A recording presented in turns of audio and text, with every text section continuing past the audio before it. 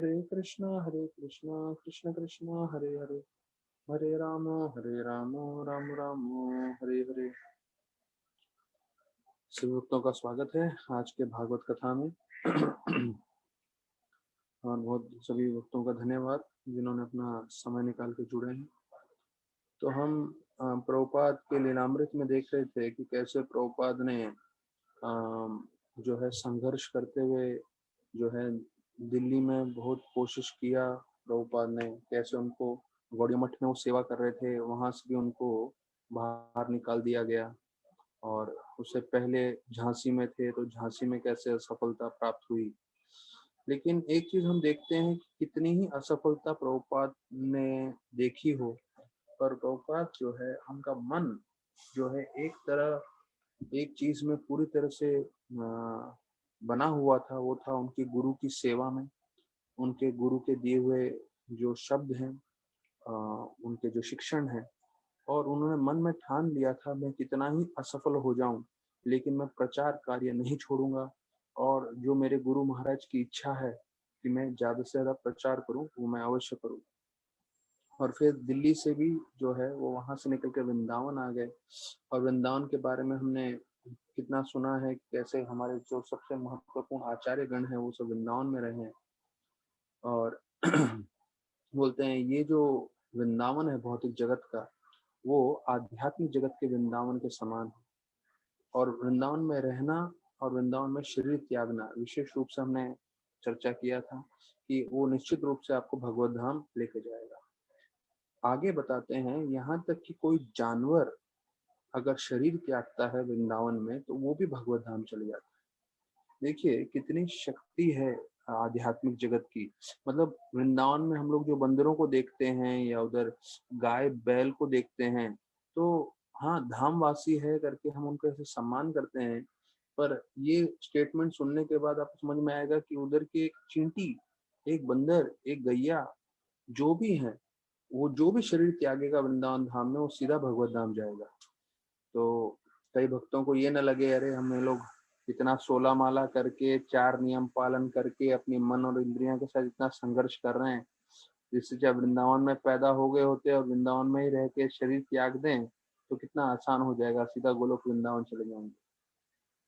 हाँ, उसके लिए भी आपको सुकृति लगता है। अगर आपने इतना भक्ति किया होगा कृष्ण भगवान का तो कृष्ण भगवान आपको वो पदवी देंगे जिससे आप वृंदावन में रह सकते हैं और वृंदावन में शरीर त्याग सकते हैं। तो यहाँ बता रहे हैं कि ब्रह्मा जी जो है उन्होंने भी प्रार्थना किया है कि मैं एक घास बनना चाहता हूँ वृंदावन में। देखिए ब्रह्मा जिन्होंने पूरा 14 लोकों का निर्माण किया है वो क्या प्रार्थना कर रहे हैं, मैं एक घास बनना चाहता हूँ जिससे शुद्ध भक्त जो हैं मेरे ऊपर अपना चरण रखें और मुझे उनके चरण की धूलि प्राप्त हो। और यह शास्त्रों में, वैष्णव शास्त्रों में यहाँ लिखा है कि अगर आप वृंदावन एक कुछ समय के लिए भी जाते हैं तो वो कुछ समय के लिए आप वृंदावन जाएंगे तो उससे आपकी जो है पूरी तरह से भगवान से जो है संबंध जो है वो वापस से विकसित हो सकता है आपके हृदय में। देखिए ये वृंदावन धाम की महिमा है। इसलिए हम लोग जो है हमेशा यात्रा में या तो वृंदावन जाते हैं या तो जगन्नाथपुरी जाते हैं या मायापुर जाते हैं। और इसका हमारा उद्देश्य स्पष्ट है कि हमारी भी आसक्ति बने और जिससे हम भी जो है भगवत धाम की ओर अग्रसर हो सके।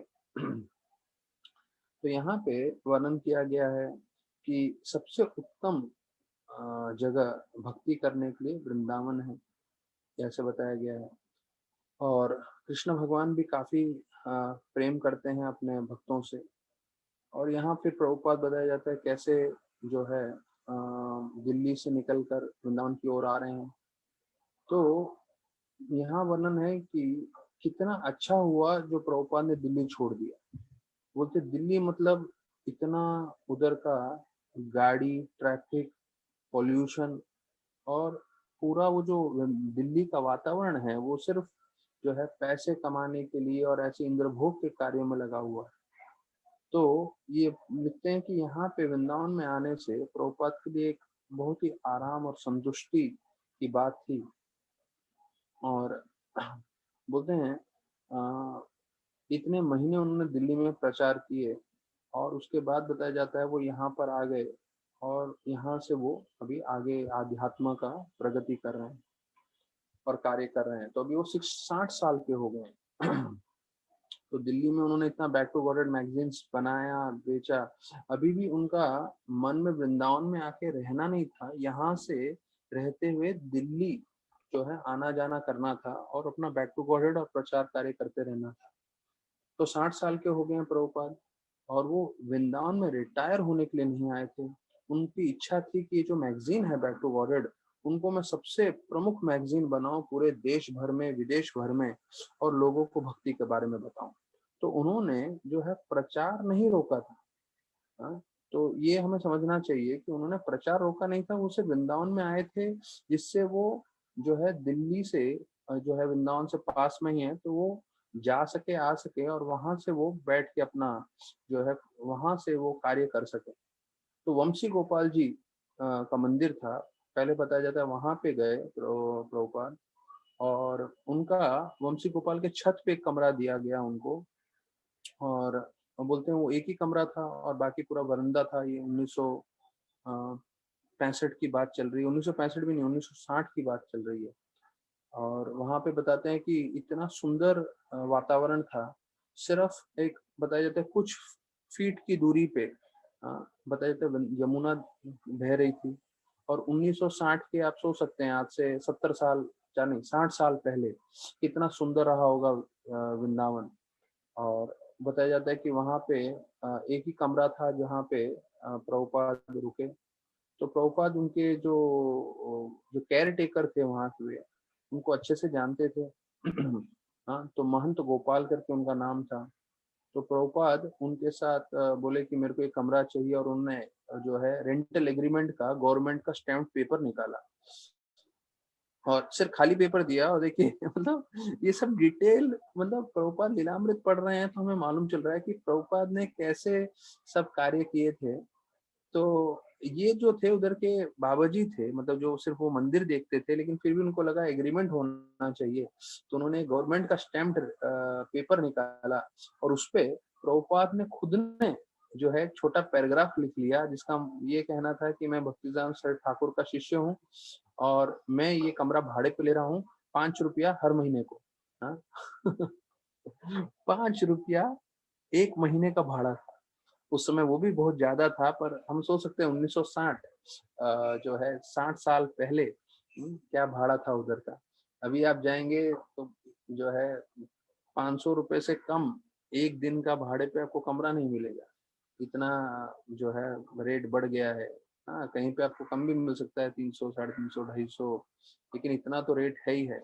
सिर्फ एक वृंदावन के आप इस्कॉन के गौशाला में जाएंगे तो गौशाला में जाएंगे आप, उधर आपको जो है 100 रुपए का पर डे का डॉर्मेटरी रूम स्टाइल में आपको रूम मिलेगा, जो सबसे सस्ता है मेरा पूरा जानकारी में। और देवानंद पंडित प्रभु ने मुझे बताया था कि आईएएस के बच्चों को ले जाना है तो सबसे सस्ता बोले तो ये है, इससे सस्ता और कुछ नहीं मिलेगा इस्कॉन के गौशाला में। तो इस्कॉन मंदिर जाएंगे, वहां से किसी को पूछे इस्कॉन गौशाला कैसे जाना है, वहां जा सकते हैं। और वहां पे उनके पास कमरे हैं, तो डॉर्मेट्री स्टाइल में वो है, वहां पे आपको 100 रुपए में, लेकिन वो पूरा ओपन डॉर्मेट्री है, उसमें 10-15 लोग रहते हैं।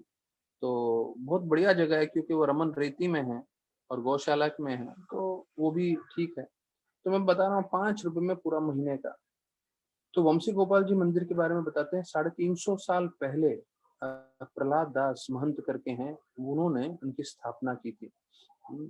और प्रभुपाद के लिए वहां पे रहना मतलब जो है आध्यात्मिक रूप से उनके लिए तो बहुत अच्छा था ही, पर वो पूरी तरह से फोकस करना चाहते थे अपने काम पे, जो बैक टू गॉडेड लिखना था उसको।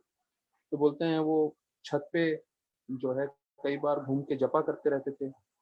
और वहां पे यमुना का ठंडी हवा भी बहती थी, कभी कभी कोई एक नाव बहता से आता था। ये अभी 1960 की बात कर रहे हैं। कभी कभी बोलते हैं एक नाव वहां से जाता था। हाँ, और अभी तो पूरे जो है 10-15 नाव वाले वहीं रुके रहते हैं और बोलते हैं आपको आइए बैठिए, हम आपको यमुना की सैर करा के लेकर आते हैं।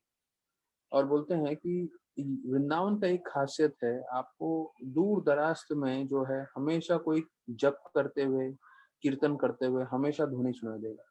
यहाँ तक कि आप जब रात को लोग परिक्रमा करते हैं या सुबह सुबह ब्रह्म मुहूर्त में वृंदावन की परिक्रमा करते हैं, तो आपको कहीं ना कहीं से हरे कृष्णा कीर्तन का गूंज आपको सुनाई देगा। तो ये एक वृंदावन की जो खासियत है या एक सुंदरता है, वो आपको कहीं और नहीं मिलेगी। और एक वृंदावन का मुझे जितना अनुभव है, एक अलग ही आकर्षण है और एक जो आध्यात्मिक आपको स्फूर्ति मिलती है, वो आपको विश्व में कहीं नहीं मिलेगी। मतलब जहाँ तक मेरा अनुभव है, मैंने कई भक्तों के साथ शेयर भी किया है, जब हम वृंदावन में रहते हैं और एक शाम का समय रहता है और उधर एक अलग ही वातावरण में आध्यात्म उन्नति का एक पूरा, बोलते हैं ना, एक करंट जैसा रहता है। तो यहाँ बताते हैं वृंदावन कृष्ण भगवान का लोक है और प्रभुपाद जो है वहां पर आए कृष्ण के दास बन के, गोस्वामी का दास बन के और मुख्य रूप से अपने गुरु के दास बन के, और उनको ये उनका घर लगा। और बोलते हैं कि क्योंकि प्रभुपाद शुद्ध भक्त थे, तो वो वृंदावन के साथ इतने जो है उनको इतना अच्छा लग रहा था वहां पे, क्यों? क्योंकि कृष्ण का भूमि है। और फिर यहाँ पे वो फिर से प्रचार के बारे में सोचने लगे और ये सोचने लगे कि मैं आनंद भोग रहा हूँ इस वृंदावन में, तो दूसरे क्यों नहीं आनंद भोग रहे हैं? और ये वृंदावन तो सबके लिए है, क्योंकि भगवान स्वयं सभी जीवों को चाहते हैं, सभी जीव इस वृंदावन में आए और इस वृंदावन में भक्ति करें और इस वृंदावन के बारे में जाने, और फिर अंत में मेरे गोलोक वृंदावन में आ जाएं, जो आध्यात्मिक जगत में मेरा असली वृंदावन है। तो जब भगवान भी हमें लेना चाहते हैं, जैसे लेकिन प्रभुपाद बोलते हैं भगवान बहुत आतुर हैं हमें भगवत धाम ले जाने के लिए, हम आतुर नहीं हैं। ये भाई हमें स्वीकार कर लेना चाहिए कि हम इतने आतुर नहीं हैं, पर भगवान बहुत आतुर हैं। और प्रभुपाद एक स्टेटमेंट बोलते हैं, अगर हम थोड़ी भी सिंसियरिटी दिखाएंगे तो कृष्ण भगवान पूरी तरह से मदद करने के लिए तैयार है। कृष्ण भगवान पूरी तरह से आपको सहायता देंगे भगवत धाम ले जाने के लिए। प्रभुपाद बोलते हैं इसमें लीलामृत में बता रहे हैं कि ये तो भारतवासियों को जो है, कितने लोग को वृंदावन के बारे में मालूम? बहुत कम। हाँ, और असली तरह से समझना वृंदावन क्या है, बहुत कम भारतीयों को मालूम है। और भारत के बाहर तो किसी को मालूम ही नहीं है वृंदावन क्या है, यमुना क्या है, और भौतिक इच्छाओं से कैसे दूर हो सकते हैं, इसका बिल्कुल ज्ञान नहीं। हमने जर्मनी में सुना, मतलब वो जो है हालात प्रभु बोल रहे थे कि उसको अलग अलग तरह के जो है मतलब मांस खाने को बोल रहे थे, और उसने एक बार उसके लिए ना बोला तो बोलते हैं ठीक है, आपको मुर्गी देते हैं हम खाने के लिए। देखिए इतना मतलब उनकी बुद्धि इतने नीचे स्तर पे है, उसको ये समझ में नहीं आ रहा है कि अगर ये मांस नहीं खा रहा है तो कोई भी नॉनवेज आइटम नहीं खाएगा। वो बोलेगा अच्छा ये नहीं खा रहे तो दूसरा हम आपको नॉनवेज देते हैं। तो ऐसे लोगों को कुछ मालूम नहीं वृंदावन के बारे में, यमुना के बारे में, और ऐसे ही पशु तुल्य जीवन व्यतीत करके वो अपना उनका जीवन अंत हो जाता है। तो प्रभुपाद ये सोच रहे थे पूरी दुनिया के लोगों को क्यों नहीं मिलना चाहिए वृंदावन, हाँ, और कृष्ण भक्ति और इसका आनंद। तो प्रभुपाद का ये इच्छा था कि वो सिर्फ कृष्ण की कृपा से सिर्फ भारत में ही नहीं पर पूरे विश्व भर में इसका प्रचार करे और विश्व के सारे लोगों को वृंदावन की ओर आकर्षित करे।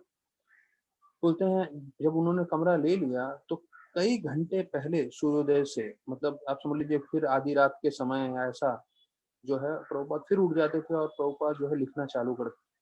तो प्रभुपाद जो है पूरा उनका नोटबुक था वो पूरा भर के उन्होंने लिखा, आर्टिकल्स बीटीजी के लिए वगैरह वगैरह। फिर जब ब्रह्म मुहूर्त होने लगा, लोग यमुना में स्नान करने आए, और फिर प्रभुपाद भी बताया जाता है कि अपना लिखना छोड़ के जब सुबह सुबह 3, साढ़े 3, 4 बज गए तो प्रभुपाद भी जप करना चालू किए, और फिर काफी देर तक जप करने के बाद स्नान वान किए, और फिर प्रभुपाद भी जो है अलग अलग मंदिर जाते थे। यहाँ पे विशेष रूप से आ रहा है कि राधा रमन मंदिर गए थे। अच्छा, अभी ये नहीं सोचना चाहिए कि राधा रमन मंदिर जा रहे हैं प्रभुपाद बाकी सब भक्तों के जैसे सिर्फ दर्शन करने के लिए, फिर दूसरा मंदिर तीसरा मंदिर नहीं। बताया जाता है वहां पे भी प्रभुपाद गए क्योंकि वो राधा रमन के पुजारियों को जानते थे और उनको वो बैक टू गॉडहेड मैगजीन देना चाहते थे। विश्वम्भर गोस्वामी का वर्णन आ रहा है। तो वो लॉयर थे और फिर उन्होंने सब चीज छोड़ के जो है सेवा राधा रमन मंदिर का कर लिया। अभी ये एक ही विग्रह है राधा रमन के जो इस वृंदावन से बाहर नहीं गए हैं, क्योंकि जब औरंगजेब ने आक्रमण किया था तो सारे के सारे विग्रहों को जो है जयपुर लेके गए, पर राधा रमन ही एक छोटे से विग्रह थे। क्योंकि उनके आकार इतना छोटा था तो उनको छुपा दिया गया वृंदावन में ही, और फिर जब पूरा आक्रमण सब खत्म हो गया तो फिर से उनको स्थापना किया। और बताया जाता है इस राधा रमन में राधा गोपीनाथ, राधा गोविंद और राधा मदन मोहन तीनों विग्रह की सुंदरता है, ऐसा बताया जाता है इस राधा रमन विग्रह में। और जैसे हमने सुना गोपाल भट्ट गोस्वामी की ये इच्छा थी कि वो भी भगवान की सेवा कर सकें, शालिग्राम के रूप में कर ही रहे थे पर विग्रह के रूप में सेवा करें, और वही शालिग्राम विग्रह के रूप में आए। तो बोलते हैं अगर हम राधा रमन विग्रह को पीछे से देखेंगे, उनका पीठ देखेंगे, तो पीठ में शालिग्राम का निशान है जो बताता है कि कैसे वो शालिग्राम से ही प्राकट्य हुए। मेरे पास एक फोटो नहीं है, पर एक माता जी का तस्वीर मेरे पास आया था व्हाट्सएप पे, और बताया आप उस औरत को देखेंगे आपको लगेगा कोई बंगाली बूढ़ी औरत है, और शायद भिक्षा मांगने के लिए या उधर ऐसे कार्य करके वो अपना जीवन व्यतीत कर रही है।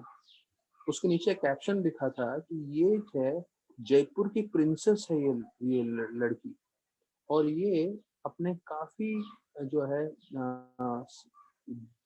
अर्ली डेज में, मतलब जब वो युवा पीढ़ी में थी तब उसने सब कुछ छोड़ दिया, मतलब प्रिंसेस होके जयपुर की, उसने विवाह नहीं किया, कुछ नहीं किया, और भगवान की खोज में यहाँ पर आई, और राधा रमन में उन्होंने पूरी जिंदगी सेवा की, और पूरी जिंदगी बताया जाता है वो उसकी साफ सफाई करती हैं, भगवान के लिए उधर फूलों की माला बनाती हैं, और जो भी उधर सेवा रहती है वो करते हैं। और देखने में आप देखोगे पुराने सफेद साड़ी में जो पीला पड़ गया है, एकदम बूढ़ी सी औरत दिख रही है, पर वो बोलते हैं वो एक्चुअली प्रिंसेस थी जयपुर की, जो सब कुछ छोड़कर भगवान के लिए आ गई। ऐसे आपको बहुत अनगिनत भक्त मिलेंगे पूरे वृंदावन में, जो पूरी तरह से अपना जीवन जो है भगवान पे आप जो है सरेंडर कर चुके हैं।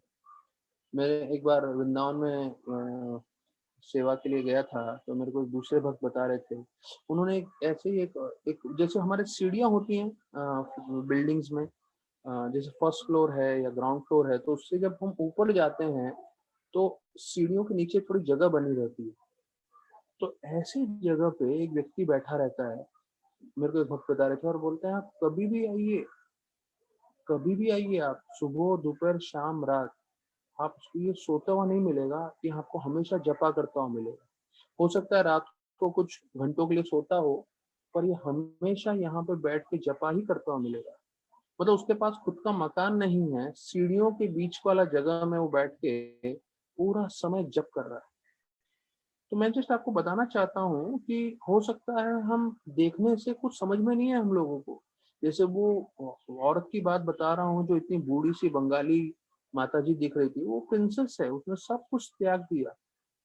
क्यों? क्योंकि उनको समझ में आया कि कृष्ण भक्ति सबसे सर्वोत्तम है, और कृष्ण भक्ति जो है जीवन का लक्ष्य है। और वो प्राप्त करने के बाद उनको इस भौतिक जगत का ऐश्वर्य, भौतिक जगत का धन, भौतिक जगत कुछ नहीं चाहिए। वो वैसे ही एक भिखारी की अवस्था में वृंदावन में बहुत प्रसन्न है। क्यों? क्योंकि ऐसी अवस्था में वो भगवान का स्मरण कर सकती है, भगवान का ध्यान कर सकती है, भगवान की सेवा कर सकती है। तो देखिए हमें कुछ छोड़ना नहीं है, हम जो भी हैं जिस भी परिस्थिति में हैं, हमें भी वो चीज मिल रहा है, हम भी भगवान का नाम जप कर सकते हैं, भगवान की भक्ति कर सकते हैं, और जो है भगवान की सेवा करके हम प्रसन्न रह सकते हैं। तो हमारे जीवन में अभी हम, मैं अपनी बात करूं या जो कथा सुन रहे हैं मैं आप लोगों के लिए पूछूं, हमारी परिस्थिति उस औरत से काफी बेहतर है, क्योंकि हम जो है अलग तरीके से व्यवसाय में हैं, हम कार्य कर रहे हैं, हम प्रचार में भी लगे हुए हैं, थोड़ा भक्ति में भी जुड़े हैं, और हमारा आर्थिक परिस्थिति उतना खराब नहीं है जैसे उस माता जी का था, जबकि वो प्रिंसेस थी। तो कहने का सार ये है मेरा कि भाई हम जो भी हैं हम लोग सब भक्ति करते रहें जीवन भर में। और सबसे मुख्य तरीका भक्ति करने का है जो प्रहलाद महाराज ने बताया है, भक्ति मतलब श्रवणम कीर्तनम विष्णु स्मरणम। हाँ, तो श्रवण और कीर्तन तो कीर्तन बोलते हैं, जप भी होता है, और जब साथ में मिलके करते हैं जो है हरे कृष्ण महामंत्र, तो उसे कीर्तन भी बोलते हैं। तो कीर्तन के दो पहलू हैं, तो जप और साथ में मिलके करना। तो हम लोग सुबह को जप के लिए भी मिल रहे हैं, शाम को भागवत में भी मिल रहे हैं। तो ये भक्ति है, अगर हम इसके साथ जुड़े रहेंगे तो हमारा जीवन सार्थक हो सकता है। तो अभी हम भागवतम में चर्चा कर रहे हैं। कल 20 श्लोक तक हमने चर्चा किया और देखा कि कैसे अपमान हुआ ध्रुव महाराज का, और ध्रुव महाराज की माता ने ही किया, सौतेली माता ने, और कैसे वो क्रोध आवेश में आ गए। और ये पूरा हमने जो है चर्चा किया है 20वें श्लोक तक कल, ठीक है। और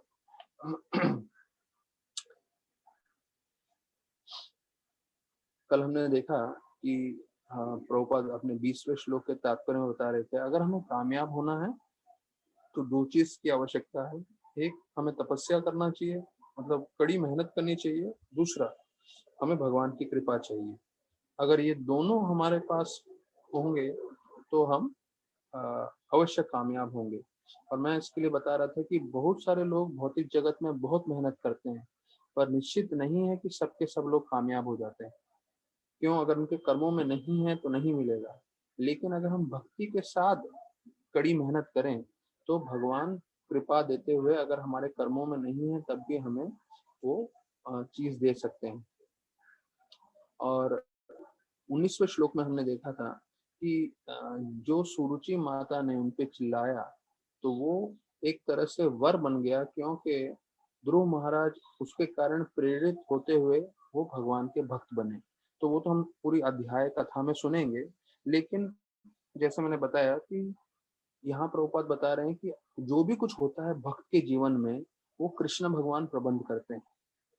तो भक्त को अब जैसे ही आप लोग भक्ति में जुड़ गए हो और मैं जुड़ गया हूँ, तो हमें समझना चाहिए कि हम शुद्ध भक्त नहीं हैं, हमारे में अनर्थ है, हम भी संघर्ष कर रहे हैं, लेकिन कृष्ण बहुत शक्तिशाली हैं और कृष्ण भगवान हर एक भक्त का जो है पूरा ध्यान रखते हैं। और कृष्ण भगवान खुद उसके जीवन में ऐसी सब चीजें कार्य करते हैं जिससे वो भक्ति में प्रगति करते रहे। तो एक बार आप भक्ति से जुड़ गए तो आपको ये समझना चाहिए कि कुछ भी अशुभ नहीं है, सब कुछ शुभ ही है भक्त के जीवन में, क्योंकि हर परिस्थिति आपको कृष्ण के पास लेके जाएगी। तो भौतिक रूप से आपको अशुभ लगेगा, भौतिक रूप से आपको बहुत विकट या मुश्किल लगेगा, पर आध्यात्मिक रूप से नहीं। अब उदाहरण आता है कि कैसे नारद मुनि स्वयं 5 साल के बच्चे थे, उनकी माँ को सर्प ने काट दिया, और ये पहले स्कंद भागवतम में हमने सुना है। माँ को सर्प ने काट दिया और माँ का देहांत हो गया। अब आप बोलेंगे ये कैसे शुभ हो सकता है? 5 साल का बच्चा, उसकी माता का देहांत हो गया, ये शुभ थोड़ी है, तो पूरा ही अशुभ है। लेकिन आप देखिए, उसके बाद क्योंकि माता ने महंत की सेवा की थी, भक्ति वेदांतों की सेवा की थी, तो निश्चित रूप से माता भगवत धाम गई। और उनका पुत्र नारद जो है, पिछले जन्म में वो तो एक दासी पुत्र था, लेकिन उसने ध्यान किया और ध्यान करके उनको भी भगवान का दर्शन हुआ। अगर वो माता के साथ रहते और उनकी सुरक्षा में रहते, उनके प्रेम में रहते, तो शायद वो इतनी तपस्या नहीं करते, इतना ध्यान नहीं करते। लेकिन जो है उनकी माता का देहांत होने के बाद वो निकल गए पूरी तरह से ध्यान करने, तपस्या करने के लिए, और उनको भगवान के दर्शन हुए। और भगवान ने कहा कि अगले जन्म में आप नारद मुनि बनेंगे, और इस जन्म में मैं आपको वापस दर्शन नहीं दूंगा, पर आप हमारी मेरी भक्ति करते रहिए। तो भक्तगण ये भी बताते हैं कि ऐसी परिस्थिति में जहाँ एक सर्प ने 5 साल के बच्चे के माँ को उसको से ले लिया, ये भी शुभ है। ये एक्सट्रीम एग्जांपल मैं आपको बता रहा हूँ भागवतम में से डायरेक्टली। तो हम लोग जो भक्ति कर रहे हैं, भक्ति करते समझना चाहिए कि सबसे एक्सट्रीम हमारे जीवन में क्या होगा? किसी की मृत्यु। पैसा आना जाना वो तो चलता रहेगा, बाकी सब चीजें आएंगे जाएंगी, वो तो चलता रहेगा, वो तो मतलब जाएंगी तो वापस आ भी सकती है, लेकिन एक बार किसी की मृत्यु हो गई तो वापस नहीं आ सकते। लेकिन अगर किसी की मृत्यु होती है, इतना बड़ा ये भी परिस्थिति भी आ जाती है, वो भी शुभ है, क्योंकि भगवान के हस्ताक्षेप के द्वारा हो रहा है। ये हमें पूरी तरह से समझना चाहिए। और हर परिस्थिति में हमें कृष्ण की ओर अग्रसर होना है, कृष्ण की ओर बढ़ना है। प्रभुपाद गीता में स्पष्ट बोलते हैं कि devotee is not bewildered by the death of his close relatives also. मैं कभी हम लोग शायद भविष्य में कुछ ही समय में मैं गीता भी वापस से प्रारंभ करूंगा, और मेरा प्लान ये है कि हम 4 से 5 भागवत कथा करेंगे, और 5 बजे ठीक टाइम देख के मैं 5 से सवा 5 15 मिनट गीता स्टार्ट करूंगा।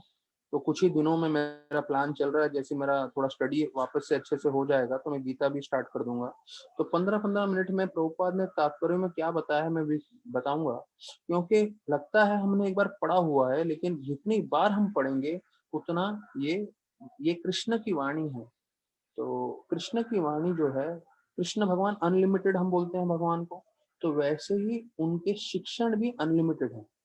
हमें लगता है 700 श्लोक है, हमें लग रहा है ये भागवत 18,000 श्लोक है, पर इसका साक्षात्कार जो हम सीख सकते हैं वो 700 या 18,000 श्लोकों पे सीमित नहीं है। हम जीवन काल के लिए इस भागवत के पन्नों से ज्ञान प्राप्त कर सकते हैं। और मैं आपको बताऊंगा, अगर हमें इस बार इसी श्लोक पे पहुंचे, जो है पूरा भागवतम करके, चैतन्य चरितामृत करके, नेक्टर ऑफ डिवोशन और बाकी सब, फिर से हम भागवतम स्टार्ट करेंगे, और जब हम दूसरी बार इस भागवतम में पहुंचेंगे तो मैं आपको बता रहा हूँ कि हमारा और आपका दोनों का स्तर पूरी तरह से बदल जाएगा, क्योंकि हम आध्यात्मिक जितना उन्नति करेंगे, ये भागवतम, यही गीता हमें ज्यादा ज्ञान देगा, हमें ज्यादा भक्ति प्रदान करेगा। तो यहाँ पे भी वर्णन आ रहा है 21वें श्लोक में। माता सुनीति बता रही है, हमें कथा मालूम है कि कैसे उनका अपमान हुआ, अपमान होने के कारण रोते हुए माँ के पास गए। माता ने उनको बोला, अभी शिक्षण दे रहे हैं अलग अलग। उन्होंने पहले बोला कि तुम किसी के लिए बुरा मत सोचिए, उसने बुरा किया छोड़ दीजिए। मंगलम तत्परेषु ममस्था, ये 17वें श्लोक में था। भूंगते जानो यत पर दुखदस तत्, कि हमें किसी के लिए बुरा नहीं सोचना चाहिए, भले ही उस व्यक्ति ने हमारे साथ बुरा किया। देखिए, ये एक भक्त का सोच है, भक्त का विचार है। और सुरुचि माता ने बताया था कि नहीं, आपको भगवान का भक्ति करना चाहिए, तो उन्होंने वो चीज ले लिया और बोला ठीक है आप ये करिए। तो आराध्य अधोक्षज पद पद्मम करके 19वें श्लोक में आया है, आराध्य अधोक्षज। आराध्य अधोक्षज मतलब ये संस्कृत के शब्द हैं कि अधोक्षज अर्थात कृष्ण का हमें जो है भक्ति करना है, प्रचार करना है, और बिना द्वेष के विमत्सरा। तो विमत्सरा मतलब द्वेष है, द्वेष नहीं होना चाहिए। तो कृष्ण भगवान अर्जुन को भी बोलते हैं, मैं तुम्हें ज्ञान इसलिए दे रहा हूँ क्योंकि तुम द्वेष नहीं करते। गीता में बताते हैं। तो गीता के जो फाउंडेशन है वो हमें बहुत अच्छे से आने चाहिए, तो उसी के बल पे हम जो है अच्छे से भागवत पढ़ पाएंगे। और प्रभुपाद चैतन्य महाप्रभु बोलते हैं, जिसको गीता और भागवत का ज्ञान है वो किसी को भी प्रचार कर सकता है, पूरे भारत भर में और पूरे दूसरे जगह में भी। तो फिर जो है अभी हम 21वें श्लोक पे हैं। सुनती माता अपने पुत्र ध्रुव को बोल रही है कि आपके जो दादाजी हैं, कौन, स्वयंभू मनु, उत्तानापाद के पिता, उन्होंने भी बड़ा तपस्या किया था, उन्होंने दान दिया था, और उन्होंने जो है शुद्ध रूप से भक्ति की थी। अब ये ध्यान रखिए, अभी इसमें जो बता रहे हैं वो हमारे लिए बहुत महत्वपूर्ण है। और उन्होंने भगवान की पूजा की थी। हाँ, और ऐसे कार्य करने से उनको कामयाबी मिली, भौतिक इंद्र तृप्ति, भौतिक आनंद में, और दूसरा बोलता जाता है मुक्ति में। अब ये सुनीति माता अपने पुत्र ध्रुव को बोल रही हैं, और ये भागवतम में जो है 8वां अध्याय 21वें श्लोक में केंद्रित आ गया है कि कैसे स्वयंभू मनु ने जब यज्ञ किया, दान किया, और पूरी श्रद्धा से, पूरी भक्ति से भगवान को संतुष्ट किया, तो ये करने से उनका भौतिक जीवन और आध्यात्मिक जीवन दोनों कल्याणमय हो गए। भौतिक जीवन में बताया जाता है he got greatest success in material happiness and afterwards achieved liberation। तो देखिए, मुक्ति भी मिली, भगवत धाम भी गए स्वयंभू मनु, और जब तक इस भौतिक जगत में थे, भौतिक रूप से वो संपूर्ण रूप से आनंदित थे। देखिए, अभी हम सबको भी शायद अगर ये चाहिए तो हमें समझना चाहिए उसके लिए क्या किया शंभु मनु ने। यज्ञ हमारे लिए क्या है? यज्ञ संकीर्तन यज्ञ, भगवान का नाम जप। तो विशेष रूप से देखिए, हर एक चीज का एक एक समय होता है।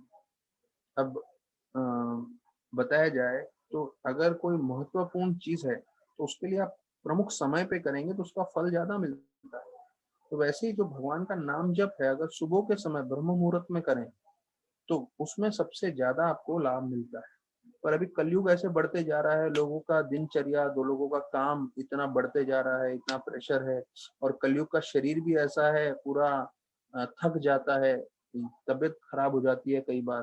तो ये करना मुश्किल है, पर समझना चाहिए कि अगर हमें पूर्ण रूप से यज्ञ का फायदा उठाना है, संकीर्तन यज्ञ का, तो संकीर्तन यज्ञ ब्रह्म मुहूर्त में करना चाहिए, जो प्रभुपाद ने भी जो है सिस्टम बना के दिया है। फिर बताते हैं दान करना चाहिए, और फिर बताते हैं पूरी श्रद्धा और भक्ति से भगवान की सेवा। तो ज्यादा नहीं है, इसमें 4 ही चीज है, यज्ञ, दान और श्रद्धा और भक्ति से भगवान की सेवा, तो उससे भगवान संतुष्ट हो जाते हैं। तो वही हमें भी मौका मिला है, हम भी कर सकते हैं। तो जितना हर एक की क्षमता है, जैसे बोलते हैं आसमान, तो आसमान की कोई ऊंचाई नहीं है, पर उसी आसमान में एक चिड़िया भी उड़ता है और एक चील भी उड़ता है। चील की एक अलग ऊंचाई होती है, एक चिड़िया की अलग ऊंचाई। तो हम सब भक्ति कर रहे हैं, हमारा अलग अलग स्तर है, लेकिन भगवान ने चील को ऐसे बनाया है कि वो बहुत ऊंचाई तक उड़ पाएगा, और चिड़िया को ऐसे बनाया है कि वो सिर्फ जो है थोड़े ही गज पे, थोड़े ही डिस्टेंस पे उड़ पाएगा। तो ना जो है चिड़िया को दुखी होना चाहिए, ना ही चील को अभिमानी होना चाहिए। दोनों को समझना चाहिए कि हम दोनों में शक्ति भगवान ने दिया है, और हम अपनी शक्ति अनुसार कार्य करेंगे। तो उसी प्रकार से वैष्णव भी ऐसे होते हैं, कई वैष्णव होंगे जो बहुत ही प्रचार करेंगे, एकदम फ्रंट लाइन में रहेंगे और बहुत सारे कार्य करेंगे। कोई हो सकता है घरेलू माता हो और जो सिर्फ बच्चों का ध्यान रख रही है, घर गृहस्थी का ध्यान रख रही है, पर वो भी उतनी ही भक्ति में प्रगति कर रही है जितना कोई प्रचारक है या कोई सामने दिख रहा है। जैसे महाभारत में बताते हैं, जितने भीष्म देव महान भक्त माने जाते हैं और उनको 12 महाजनों में से एक माना गया है, उतना ही गांधारी को भी उतना ही महान भक्त माना गया है। अब गांधारी का कभी हम सुनते नहीं है, क्योंकि वो स्त्री थी, उन्होंने आंखों में पट्टी बांधी थी, कभी युद्ध में नहीं गए, कुछ नहीं किया उन्होंने, लेकिन उसको भी उतनी महानता दी गई है जितनी भीष्म देव को दी गई। तो ये हमें समझना है। राधानाथ महाराज बोलते हैं कि कोई मंदिर में झाड़ू मार रहा है या कोई मंदिर में राधा रानी का श्रृंगार कर रहा है, दोनों एक समान। क्यों? क्योंकि दोनों भक्ति है। कोई देखने में जिसको ज्ञान नहीं है वो बोलेगा अरे झाड़ू मार रहा है, ये तो क्या निम्न काम है। नहीं, भक्ति है। वैकुंठ में लक्ष्मियां झाड़ू लेके झाड़ू मारती है जबकि वहां धूल भी नहीं है। तो वही झाड़ू हमें मिलता है और हमें सेवा मिलता है, तो हमको ये नहीं सोचना है क्या झाड़ू दिया मुझे, क्या सेवा दे रहे हैं मुझे, मैं इतना योग्य हूँ और मेरे हाथ में झाड़ू पकड़ा दिया। नहीं, ये समझना चाहिए। जना निवास को वो बोलते हैं झाड़ू हाथ में दिया मतलब ये है भक्ति, इस झाड़ू के मात्र से माध्यम से मैं भगवत धाम जा सकता हूँ। तो ये स्वयंभू मनु का जो है सुनीति माता बता रही है वो बहुत महत्वपूर्ण है। इससे आप भौतिक रूप से हमेशा आनंदित रह सकते हैं और आध्यात्मिक रूप से आप भगवत धाम जा सकते हैं, भगवान के संपर्क में रह के। यज्ञ, दान और पूरी तरह से श्रद्धा और भक्ति से भगवान की सेवा।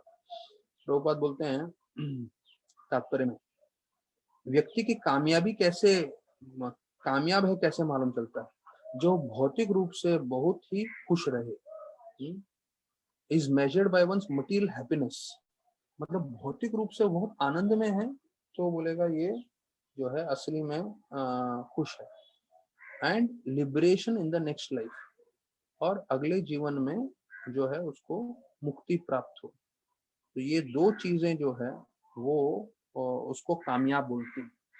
तो देखिए हम सबको भी कामयाब होना है। प्रभुपाद क्या बोल रहे हैं कि आप भौतिक रूप से आप आनंद में रहें और अगले जीवन में आपका भगवत धाम आप प्रवेश कर सके। तो ये सक्सेस का बैरोमीटर है, प्रभुपाद बता रहे हैं।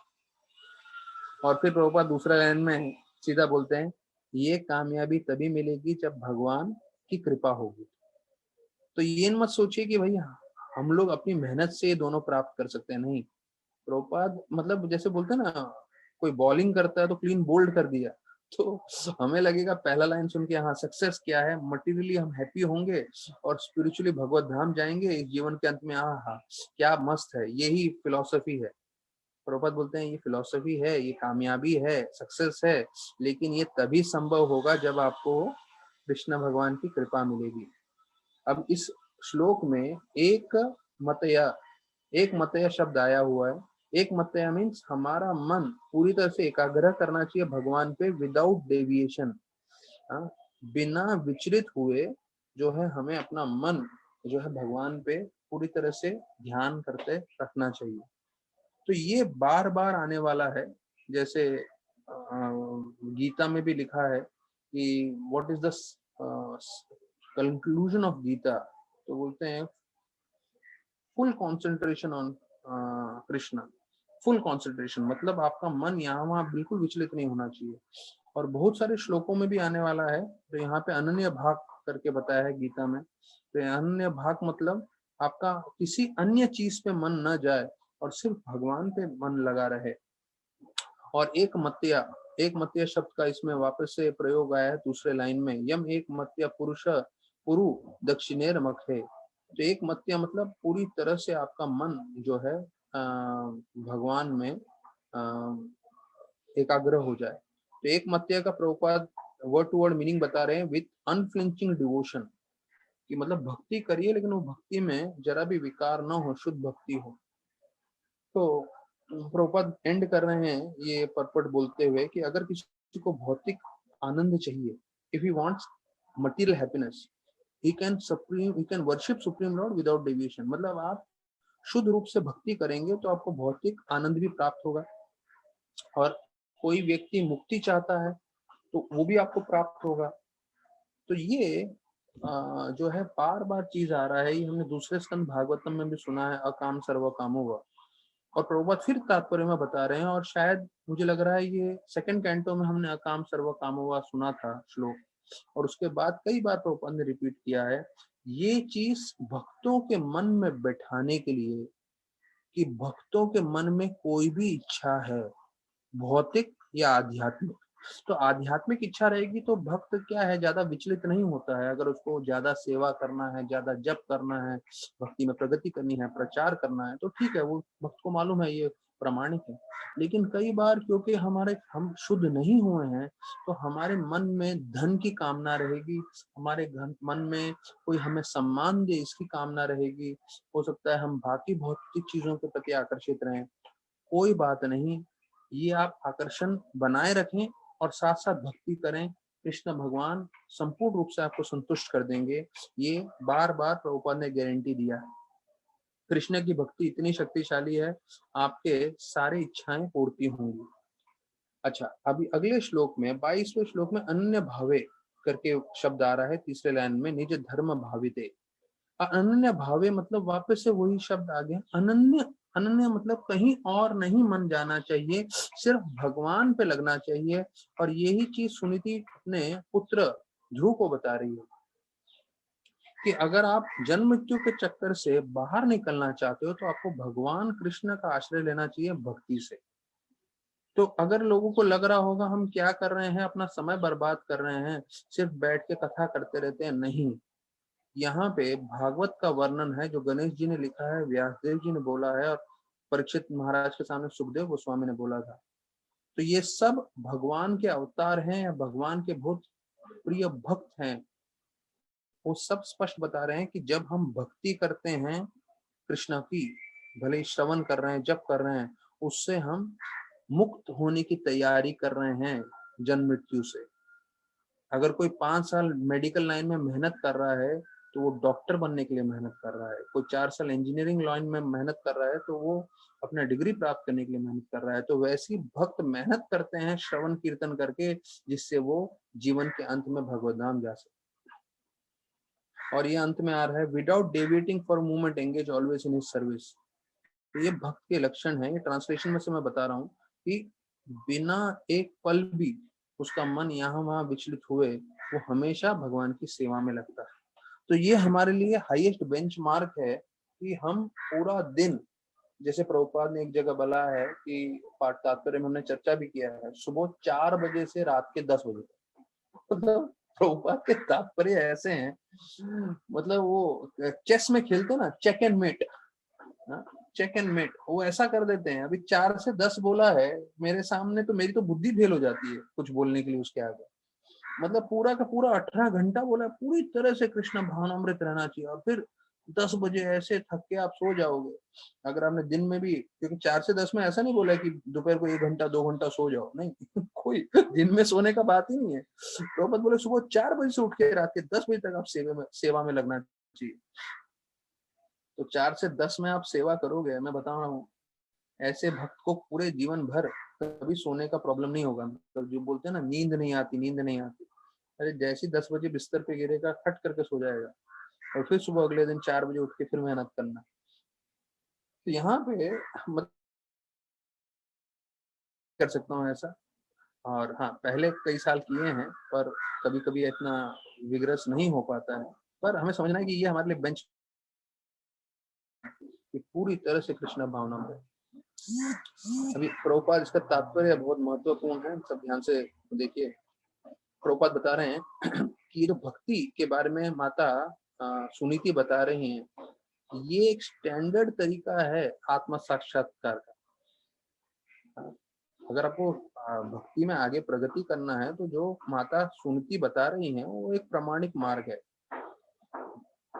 तो प्रभुपाद बोलते हैं कि किसी को कुछ छोड़ना नहीं है, जो भी है उसके साथ जो है हमें कृष्ण की भक्ति करनी है हमारे हृदय में। और प्रभुपाद बोलते हैं, ये गीता में भी अर्जुन ने यही बताया कि आप जो है माम अनुस्मर युद्ध च, मेरा स्मरण करो और युद्ध करो।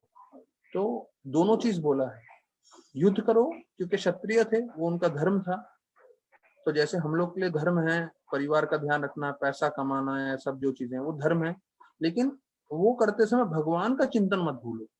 तो उसके लिए भागवत जपा, जितना हो सकता है कृष्ण का स्मरण सेवा करते रहें। तो ये मां मनुस्मर युद्ध च बताया गया है। तो ये कृष्ण भगवान का शिक्षण है। तो ये हमें लिख के चलना है, अपने जीवन में अपना के चलना है। छोड़ना नहीं है परिवार, छोड़ना नहीं है हमारा काम काज, लेकिन साथ साथ कृष्ण की भक्ति भी नहीं छोड़नी है। तो जब हम दोनों को पकड़ के चलेंगे, तब हमारा जीवन सार्थक होगा। प्रभुपाद बोलते हैं ये मोटो है, मोटो मतलब ये जीवन का उद्देश्य है। हर एक प्रामाणिक भक्त जो कृष्ण भक्ति में सार्थकता प्राप्त करना चाहता है, तो कृष्ण भक्ति हम कर रहे हैं, हमें सार्थकता चाहिए, मतलब परफेक्शन चाहिए, तो क्या चाहिए करना है, हमें अपना कार्य भी करना है और भक्ति भी करना है। तो यहाँ पे भगवान का एक नया नाम आ रहा है। हमने भक्त वत्सल सुना है, यहाँ पे भगवान को बोल रहे हैं भृत्य वत्सल। अब भृत्य वत्सल का मतलब है जो अपने भक्तों पे बड़े कृपालु रहते हैं। भृत्य मतलब कृपा, तो भगवान को कृपालु बोलते हैं।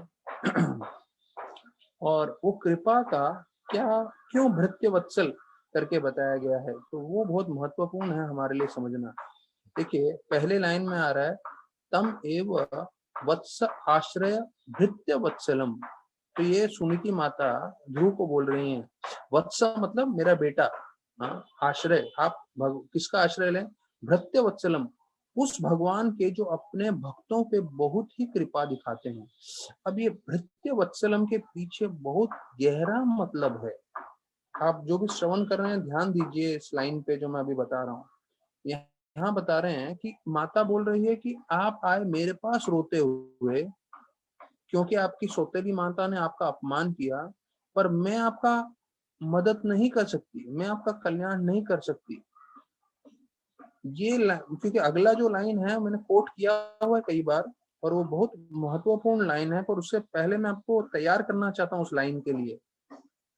देखिए हमारे जीवन में ऐसी बहुत परिस्थितियां आएंगी जो हमें रुला देगी, और हम अपने परिवार वालों के पास जाएंगे, हम अपना बैंक बैलेंस को से अपने आप को बचाने को जाएंगे, वो नहीं होने वाला है। कोई भी व्यक्ति हमारे आंसू पहुंचने के लिए समर्थ नहीं है, सुनीति माता बोल रही हैं। हमें सिर्फ एक ही व्यक्ति हर परिस्थिति में बचा सकता है, वो है कृष्णा। और माता सुनीति बता रही हैं कृष्ण भगवान इतने कृपालु हैं, उन्हें भृत्य वत्सल क्यों बताया गया है। लाखों माओं का प्रेम एक कृष्ण भगवान के हृदय में है, लाखों, हाँ लाखों नहीं करोड़ों। यहाँ लिखा है kindness of millions of mothers. तो ये बहुत महत्वपूर्ण है हमारे लिए जानना। Kindness of millions of mothers, ये मैंने पहले बोला हुआ है हमारे प्रवचनों में कि भगवान का हृदय में करोड़ों करोड़ों माओं का प्रेम है। ये वर्ष नंबर जो है वो भी मैं भी मार्क कर लेता हूँ क्योंकि बहुत इंपॉर्टेंट है ये। तो करोड़ों माओं का प्रेम, क्योंकि यहाँ लिखा है मिलियंस, 1 मिलियन बोले तो 10 लाख, और मिलियंस लिखा है मतलब 10 लाख, मतलब कई कई 10 लाख, मतलब करोड़ों करोड़ों माओं का प्रेम जो है एक कृष्ण भगवान में। तो देखिए, जो भी माताएं प्रवचन सुन रही हैं, ये हम सबको अनुभव है, हमारी माँ हमसे कितना प्रेम करती है। और चाहे कुछ भी हो जाए, दुनिया हमें स्वीकार न करे, पर हमारी माँ हमें हमेशा स्वीकार करेगी, उतना प्रेम रहता है। वो एक माँ का प्रेम। इस श्लोक में ये जो है 22वें श्लोक में बताया है कि करोड़ों माओं का प्रेम है कृष्ण भगवान में। अरे उसके बाद लोग जुड़ना नहीं चाहते, कितने मूर्ख हैं। यहाँ करोड़ों माओं का प्रेम लेके कृष्ण भगवान हमें बुला रहे हैं, बोल रहे हैं आओ मेरे आश्रय में, आओ मेरी भक्ति करो, मैं सब कुछ संभाल लूंगा। उसके बाद मूर्खता वर्ष अपना जो भी है कारण वर्ष, या अपने आप को जो भी समझते हैं या सोचते हैं उसके कारण हम कृष्ण की भक्ति नहीं करते, अपना जीवन विफल कर रहे हैं लोग।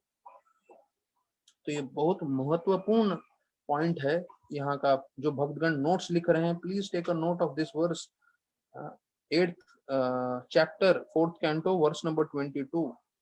Prabhupada writes in English, Krishna is so kind to his devotees that if you go to him, then the combined kindness of millions of mothers like me will be surpassed by his affectionate and tender dealings. When everyone else fails to mitigate one's mercy, Krishna is able to help the devotee. देखिए प्रभुपाद क्या बोल रहे हैं कि अगर जो है कोई भी असफल रहता है मदद करने में या हमारा दुख दूर करने में, कृष्ण भगवान कभी असफल नहीं होंगे। अरे कृष्ण के पास जाके तो देखिए, कृष्ण के पास जुड़ के तो देखिए, कृष्ण की भक्ति करके तो देखिए, उसके बाद बोलिए नहीं कृष्ण मदद नहीं करते, कृष्ण ने हमारे साथ इंसाफ नहीं किया। ऐसा होता ही नहीं है। जो भी भक्त इस्कॉन के साथ जुड़े हैं, जिन्होंने भी थोड़ा भी भक्ति किया है, सबको अनुभव है कृष्ण भगवान पूरी तरह से मदद करते हैं। और हो सकता है अगर हमें वो भौतिक रूप से ज्यादा मदद नहीं कर रहे हैं तो हमारे अच्छे के लिए है, कि जिससे हम जीवन पर्यंत भक्ति कर सकें और भगवत धाम चले जाएं। मैं उदाहरण आज ही सोच रहा था, अगर सोच लीजिए अगर हम पुनः जन्म लेते लेते समझ लीजिए, मैं आपको बोल रहा हूँ 1 करोड़ साल हमने बिताए, उदाहरण दे रहा हूँ मैं आप लोग को। 1 करोड़ में 60 साल क्या है भाई, कितना परसेंटेज है? 60 साल, 70 साल, 80 साल, या 100 साल भी पकड़ लीजिए।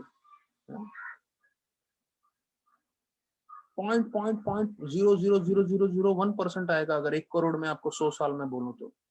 इतने बार हम सब आत्मा के रूप में जन्म ले चुके हैं, ये एक जीवन भक्ति कर लेंगे, खुद भी भगवत धाम जाएंगे, दूसरों को भी ले जा सकते।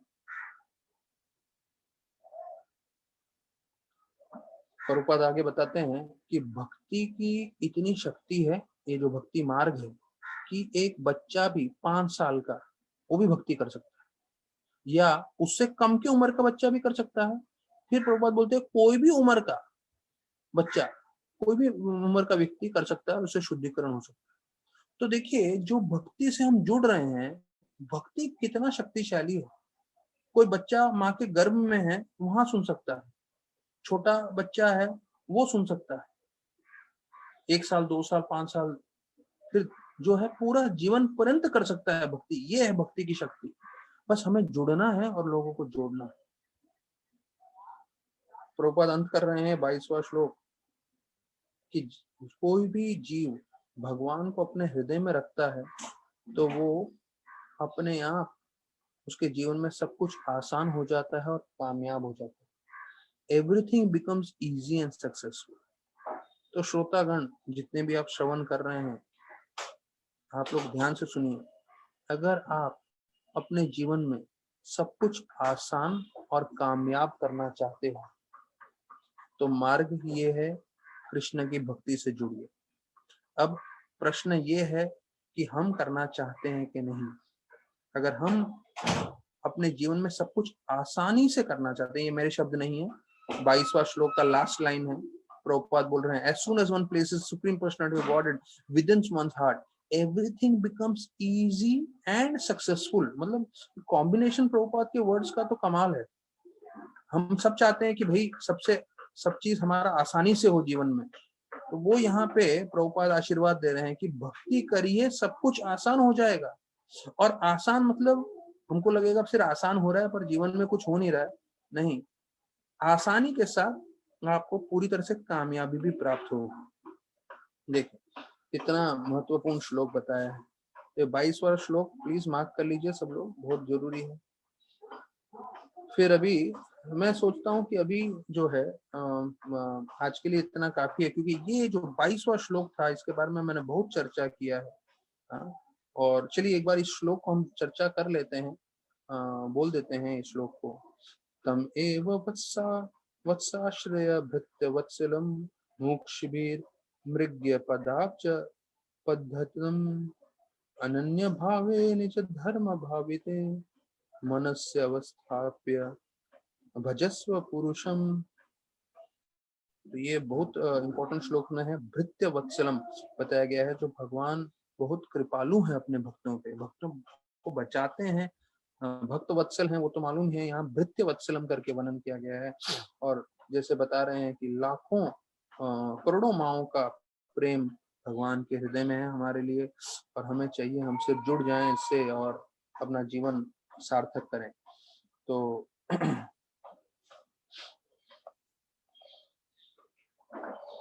अभी हम कितने दिनों से हमने राधानाथ महाराज का जर्नी होम नहीं सुना, तो क्योंकि पूरा अधिक मास चल रहा था और उसमें 5 बजे अलग अलग धाम पे लेके जा रहे थे, तो हमने सब जो है अधिक मास का श्रवण रह गया, इसमें राधानाथ महाराज का जर्नी होम रह गया था। तो आज मैं सोच रहा हूँ वापस से वहां से प्रारंभ करूं। तो महाराज कुंभ मेला के लिए गए थे, और कुंभ मेला में गंगा यमुना सरस्वती का प्रयाग का मिलन में वहां पहुंचे।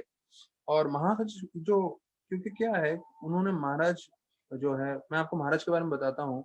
जब तमाल कृष्ण महाराज और सारे सन्यासी मीटिंग कर रहे थे, तो तमाल कृष्ण महाराज ने बोला राधानाथ महाराज को कि हम लोग सब इस्कॉन में आके भक्त बने। एक आप हो राधानाथ स्वामी, जो इस्कॉन में आने से पहले ही आप 64 माला करते थे, माता गंगा ने आपको महामंत्र दिया है, और आपने इस्कॉन में आने से पहले ही कसम खाए थे कि आप जो है 3 रूल्स तो महाराज ने पहले कसम खा लिए थे कि मैं इलिसिट सेक्स नहीं करूंगा, मैं गैम्बलिंग में मीट ईटिंग नहीं करूंगा, और मैं इंटॉक्सिकेशन नहीं करूंगा। तो वो हमने देखा कंधार में, अफगानिस्तान में जो है उन्होंने जो है चरस गांजा वो लोग पी रहे थे, तब इंटॉक्सिकेशन का लिया था। और फिर वो ग्रीक लेडी कैसे महाराज को रिझाना चाहती थी, तो उसके साथ महाराज भाग निकले थे, और फिर महाराज ने कसम खाया था कि मैं कभी भी इसमें इन्वॉल्व नहीं रहूंगा इलिसिट सेक्स में। और जब वो नॉनवेज उनको दिल्ली में दिया गया था भोजन का प्लेट में खाने में, तब उन्होंने जो है वचन लिया था कि मैं जिंदगी भर कभी नॉनवेज नहीं खाऊंगा। तो महाराज ने पहले ये सब वचन ले लिए थे। तो तमाल कृष्ण महाराज बोल रहे थे राधानाथ महाराज को कि आप अलग हैं, आप हमारे जैसे नहीं हैं, हम इस्कॉन में आके डिवोटी बने, आप इस्कॉन में आने से पहले ही डिवोटी हैं। तो अभी ये समझिए कि जो व्यक्ति इस्कॉन में आने से पहले 64 माला कर रहा है, 4 नियम पालन कर रहा है, तो उसका एक आध्यात्मिक शक्ति अलग ही हो। और उनकी जो वाक्य हैं, जैसे हम प्रभुपाद के वाक्य सुन रहे हैं, और वही चीज अभी हम आगे उनके जर्नी होम में पढ़ रहे हैं, और फिर बाद में हम जर्नी विदिन में भी सुनेंगे। तो ये सब हमें अपने जीवन में उतारना है, बहुत महत्वपूर्ण है। और महाराज ने लास्ट हम लोग ने पास्ट टाइम सुना था कि कैसे महाराज वहां बैठे थे, और महाराज ने देखा एक चील, हॉक जो है वो अंदर जाता है गंगा में, और अपने जो पंजों में एक मछली को पकड़ के बाहर निकाल ले आता है। और महाराज देखते हैं, और महाराज बोलते हैं कि ये दृष्टि जो है मेरे को बहुत छू गई, मेरे हृदय को, क्योंकि कैसे वो चील ने अपने पंजों में उस मछली को खींच निकाला गंगा में से, और मछली अपनी जान के लिए फड़प रही थी। और महाराज उसके तात्पर्य में लिख रहे हैं कि हम लोग सुनते हैं रोज कि हाँ इनकी मृत्यु हो गई, उनकी मृत्यु हो गई, पर कभी हम इसको ध्यान पूर्वक नहीं लेते, और ये नहीं सोचते कि हमारे साथ होने वाला है। तो हमें अपना आलस छोड़ देना चाहिए, और हमें समझना चाहिए कि हमारी आध्यात्मिक हमारा भूख क्या है। देखिए, जब पेट में भूख लगता है, हम कैसे भी कहीं से भी प्रबंध कर देते हैं। हाँ, रात को भी कुछ बना लेते हैं, कहीं से भी कर देते हैं। वैसे ही हमारी आध्यात्मिक हमारी क्या ज़रूरतें हैं, वो हमें समझनी चाहिए। और महाराज बोलते हैं, अगर यही मछली पानी के गहराई में रहता था, तो ये जो है चील उसको पकड़ नहीं पाता। तो उसी प्रकार से हम भगवान के साथ गहराई में जुड़ जाएँ। हम अपने भगवान के साथ जो हमारा संबंध है, वो और मजबूत बनाएँ, जिससे हमें अंतरंग रूप से संतुष्टि मिले। तो बताया जाता है कि बाहर की कोई भी चीज़ें हमें विचलित नहीं कर पाएँगी, भले ही वो मृत्यु ही क्यों ना हो। तो देखिए, इतना महत्वपूर्ण चीज़ बताया है, और शायद हम जो इतना भागवतम सुन रहे हैं, उसके मुकाबले में अगर आप एक पैराग्राफ ये सुन लें कि भाई हमें गहराई से भगवान के साथ संबंध बनाना चाहिए, तो वही गीता में बताया है अनन्य भक्ति, वही भागवतम में बताया है अनन्य भावे। वही चीज महाराज बता रहे हैं, लेकिन महाराज ने अंग्रेजी में लिखा है, ये वेस्टर्न ऑडियंस और इंडियन ऑडियंस के लिए, और बोल रहे हैं अगर हमने अपना मजबूती से भगवान के साथ संबंध बनाया है, तो वो संबंध जो है हमें कभी जो है विफल नहीं करेगा, हम हमेशा सुरक्षित रहेंगे। तो इसके बाद का जो कथा है वो भी बहुत रोमांचकारी है। चलो मैं बता ही देता हूँ आप लोगों को। महाराज फिर वहां से अपना सामान सब रख के जो है स्नान करने के लिए गए, और स्नान करते हुए महाराज बोलते हैं कि मुझे ऐसा उत्साह है कि जितना ज्यादा समय मैं पानी में बिताऊं और अच्छा। तो इतना महाराज बोले वापस से इतना खूबसूरत जगह पे मैं आऊंगा मुझे मालूम नहीं, क्योंकि महाराज बता रहे जब मैं उस समय प्रयाग में था, क्योंकि शायद दोपहर का तड़ती धूप थी, कोई भी नहीं था वहां पे, तो बोलते किलोमीटर तक कोई आदमी नहीं था।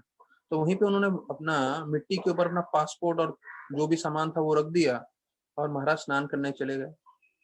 तो महाराज बोलते हैं वापस से मैं ऐसे, महाराज बोले जादुई स्थान पे वापस आ पाऊंगा कि नहीं मालूम नहीं, इसलिए महाराज बोले चलो मैं जितना ज्यादा समय है मैं पानी में रहता हूँ। और फिर बताया जाता है गंगा का बहाव महाराज को जो है ऐसे ले जाते हुए एक मिट्टी के ढेर पे पहुंचा दिया। तो मिट्टी का ढेर मतलब जो एक जो बैंक होता है वहां पे पहुंचा दिया। और महाराज बोलते हैं टू माय हॉरर, वो मिट्टी जो है वो था दलदल था, और मैं उसमें घुस गया दलदल के अंदर। तो पहले तो नरम नरम मिट्टी लग रहा था, लेकिन वो नरम नरम मिट्टी नहीं है, वो तो दलदल है करके। तो मैं बताऊंगा आपको इसके बारे में, मेरा खुद का ये है कि भौतिक इंद्र तृप्ति एकदम नरम नरम आनंद के जैसे लगेगा, पर उसमें जाओगे तो दलदल के समान है, पूरा पूरा खींच लेगा, मार डालेगा इंद्र भोग। तो वो दिखता खूबसूरत है, पर करने जाओगे पूरे नष्ट हो जाओगे। तो जैसे भक्त बताते हैं कि माया और कृष्णा में अंतर क्या है। कृष्णा संतुष्ट कर सकते हैं, माया आकर्षित करेगी, संतुष्ट कभी नहीं करेगी। आप बताइए कौन सी चीज है जिससे आप संतुष्ट हुए हो। क्या किसी भोजन से आप, हाँ, उस पल के लिए संतुष्ट हुए हो, पर पूरी तरह से संतुष्टि प्राप्त नहीं होगी।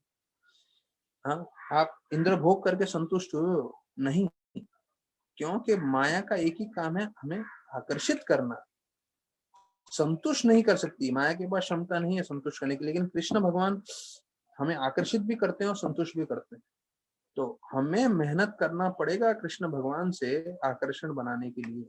लेकिन एक बार हम आकर्षित हो गए, मैं आपको बता रहा हूँ, मेरे कथाकार भक्तगण जिनके कारण मैं कुछ कथा कर पा रहा हूँ, तो आप लोग ध्यान रखिए, ये एक पूंजी जो है सबसे महत्वपूर्ण आपका इन्वेस्टमेंट रहेगा, सबसे महत्वपूर्ण, जो आपके इस जीवन में भी चलेगा, मृत्यु के बाद भी चलेगा। और आपके ये इन्वेस्टमेंट के कारण आपके जितने परिवार वाले हैं उनको भी फायदा होगा, भले ही वो भक्ति ना करें। ये इतना सबसे, आप बोले स्टॉक एक्सचेंज की भाषा में, सबसे बड़ा इन्वेस्टमेंट है, सबसे महत्वपूर्ण चीज है भक्ति का। तो आज मैं बोल पा रहा हूँ क्योंकि अगर मैं अभी ब्रह्मचारी था पहले, और ब्रह्मचारी की जैसे जीवन व्यतीत करता था, तो आप लोग बोलते थे हाँ प्रभु जी तो साधु हैं, उनको क्या है, उनको थोड़ी संभालना पड़ता है, बीवी बच्चे घर, उनको क्या है, जप करना है, कथा करना है, वो तो बहुत आसान है। लेकिन आज एक गृहस्थ के रूप में भी मैं आपको बता रहा हूँ, कृष्ण भक्ति करिए, कृष्ण भगवान सब कुछ संभाल लेंगे, बस हमें तीव्रता से भक्ति करनी है। और उसके विपरीत माया आपको ये दलदल के समान है, दिखने में लगेगी मट्टी है, नरम है, मस्त है, अच्छा है, और जाके बैठेंगे घुस जाएंगे। तो महाराज अंदर घुस गए। तो महाराज बोलते हैं frantically I struggle for my life. अभी मतलब हम लोग हंस रहे हैं और मेरे को अच्छा नहीं लग रहा है, मेरे को हंसना नहीं चाहिए, अपने गुरु महाराज हैं वो, लेकिन बोल रहे हैं कि अभी ऐसे समय में आप दलदल में फंस जाएं तो आप सोचिए ना कि कैसे आपका ये होगा, आप कितने विचलित हो जाएंगे। हाँ। तो बोलते हैं मैं बहुत कोशिश कर रहा था, पर बहुत कोशिश करने के बावजूद जो है मैं बाहर नहीं निकल पाया, मैं अंदर ही अंदर जो है डूब रहा था। तो मेरे पैर के घुटनों तक मैं अंदर चला गया और मैं और अंदर जा रहा था, और मैं जितनी ताकत निकालने की कोशिश करूं सब विफल हो रहा था। बोलते हैं माता, धरती माता मुझे पूरा का पूरा अंदर खींच रही थी, ऐसा मानो व्यतीत हो रहा है। और फिर बोलते हैं कि मैंने देखा आसपास कुछ नहीं था, फिर एक झाड़ी दिखा जिसमें कोई पत्ता नहीं था, कुछ नहीं था। तो महाराज को लगा अभी यही झाड़ी पकड़ के मैं बाहर आ सकता हूँ, तो झाड़ी पकड़ लिया महाराज ने।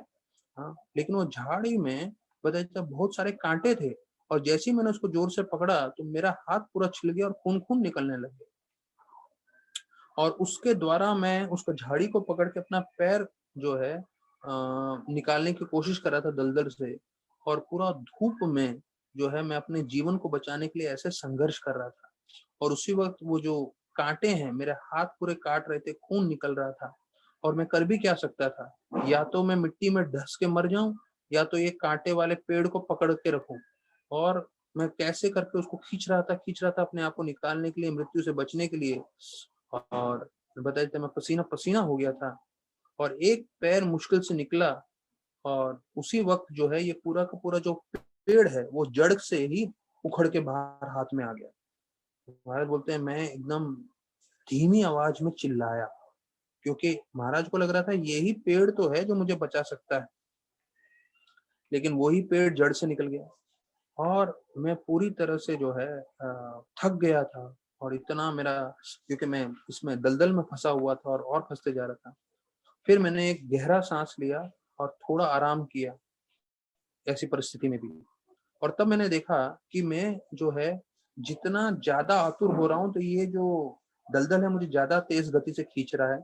जैसे ही मैं आराम की परिस्थिति में आ गया तो एकदम दलदल भी एकदम धीरे से जो है मेरे पे प्रतिकार नहीं कर रहा था, मुझे खींच नहीं रहा था पूरी गति से।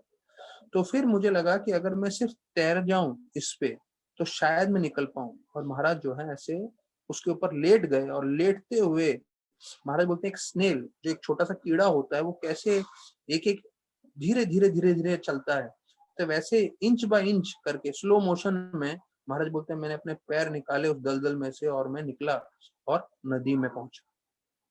अब नदी में पहुंच के ये मत सोचिए महाराज का जीवन बच गया, याद रखिए हाथ कटा हुआ है, पूरे थके हुए हैं, और फिर महाराज पे फिर जानलेवा फिर से उन पे ये हो रहा है, फिर से उनका जीवन खतरे में आने वाला है। वो सब चर्चा करेंगे हम कल के भागवत कथा में। तो बहुत बहुत धन्यवाद सभी भक्तों का हमारे साथ जुड़ने के लिए। कल 4 बजे हम लोग भागवत में मिलेंगे। धन्यवाद। हरे कृष्ण।